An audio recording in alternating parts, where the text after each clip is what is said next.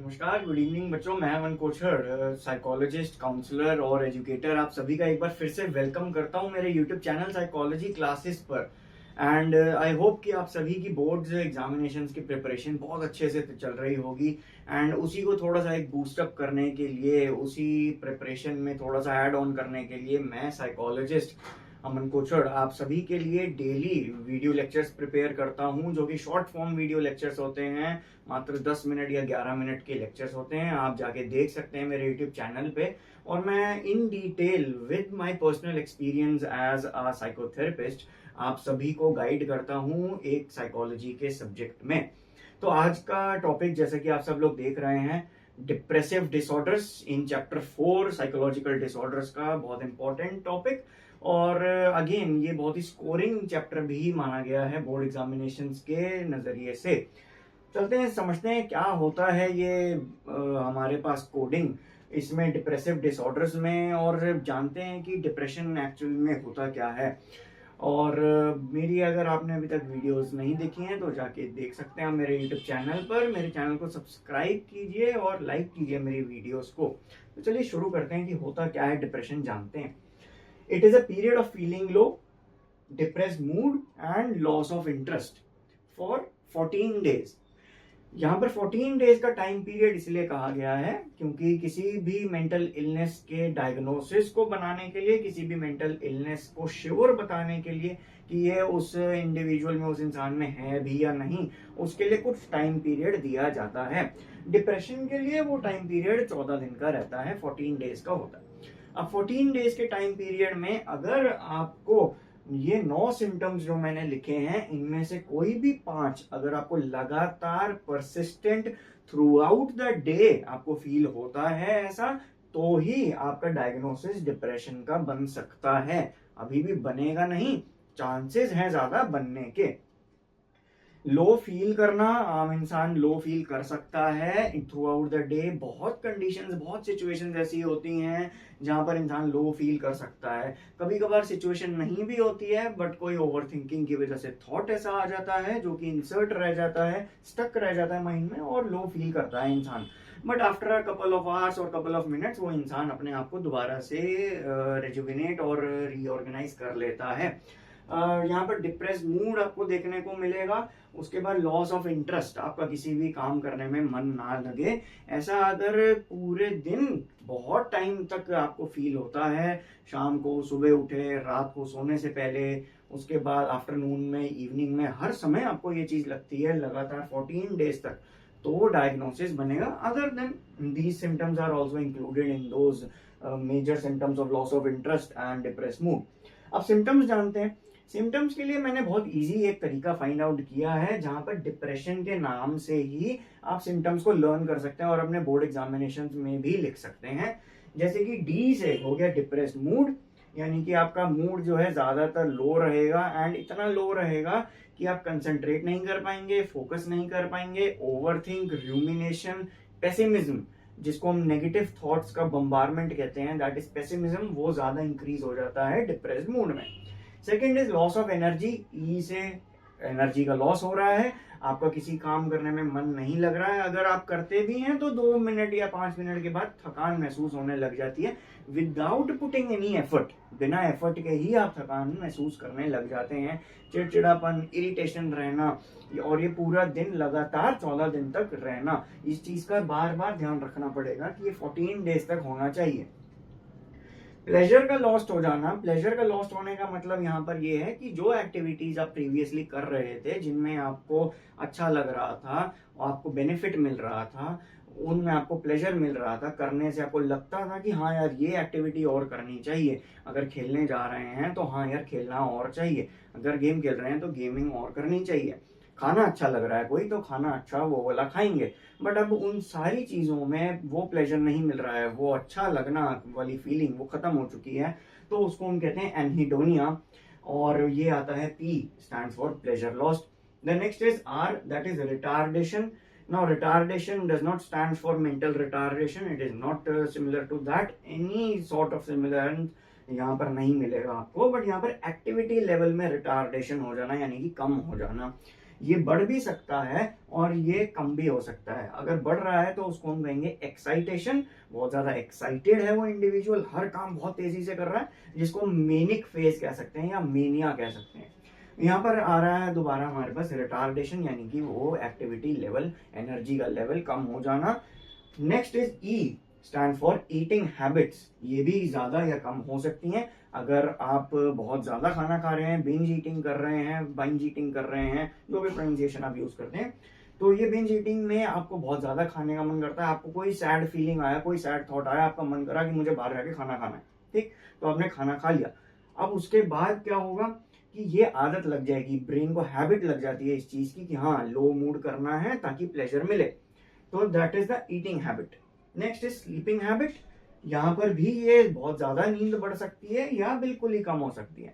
Insomnia, जैसा कि आप सब लोग हो सकता है बच्चे जानते होंगे कि इंसोम्निया की भी एक हैबिट होती है, जहां पर स्लीप वेक शेड्यूल जो है बहुत ही ज्यादा ऑफ ट्रैक चला जाता है, नींद कभी भी आ जाती है, या तो बहुत ज्यादा आती है, डे टाइम में खासकर बहुत आती है, या रात को बिल्कुल ही नींद नहीं आती है। काइंड ऑफ नॉक्टर्नल क्रिएचर्स हम बन जाते हैं जो कि रात को जागना पसंद करते हैं। उसका एक रीजन ऑब्वियसली स्क्रीन टाइम है, जो कि अगेन कम होना चाहिए with some regulations and rules and protocols, ताकि ये बाकी सारे सिम्टम्स पे उसका इफेक्ट ना पड़े। The next is suicidal thoughts. अब ये सुसाइडल थॉट्स जो है it comes in severe depression. ये सुसाइडल थॉट का एक सिम्टम ऐसा होता है, सुसाइडल थॉट कह सकते हैं इसको, ऐसे सेल्फ हार्म कह सकते हैं, नस काटना या सुसाइडल थॉट्स आ जाना, बिल्डिंग से कूद जाना, अपने आप को हार्म कर लेना, किसी भी गाड़ी के सामने आ जाना, ये सारे थिंकिंग जो होते हैं, माइंड नमनेस के, फीलिंग्स ऑफ नमनेस, ये आता है हमारे पास सुसाइडल थॉट में।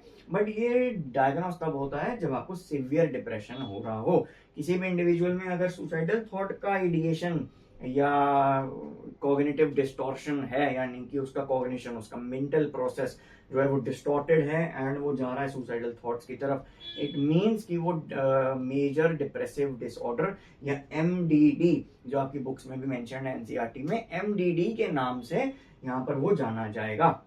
Now next is 8A and B। अब इन दोनों को मैंने क्लब इसलिए किया है बिकॉज यहाँ पर हमारे पास ये फीलिंग्स के तरीके से सिम्टम दिख रहा है। The first feeling is of hopelessness, the second feeling is of guilt.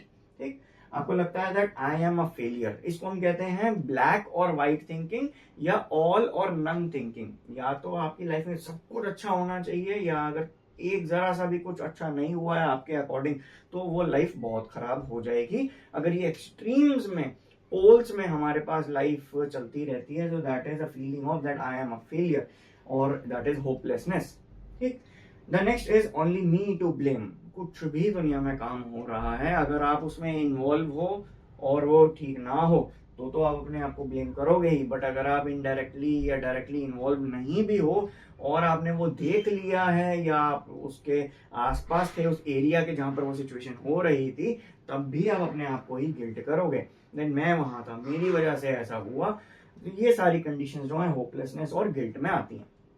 Then next is no concentration, and the last symptom of this depressive disorder or depression, that is no concentration, no focus, not able to concentrate or memorize things for a longer period of time period.